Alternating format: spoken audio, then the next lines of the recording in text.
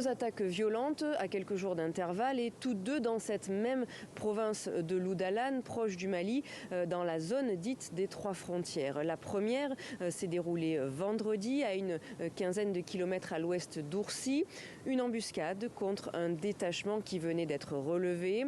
51 soldats sont tombés selon le bilan provisoire communiqué lundi par l'armée burkinabé et toujours en vigueur. C'est l'attaque la plus meurtrière depuis l'arrivée au pouvoir du président Ibrahim Traoré.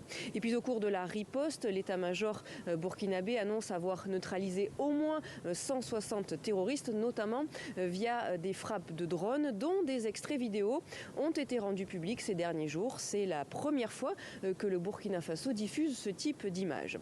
Et puis au cours de la nuit de lundi à mardi, selon des sources sécuritaires, c'est la ville de Tinakov qui a été attaquée. Elle est située à une cinquantaine de kilomètres de la ville d'Oursi.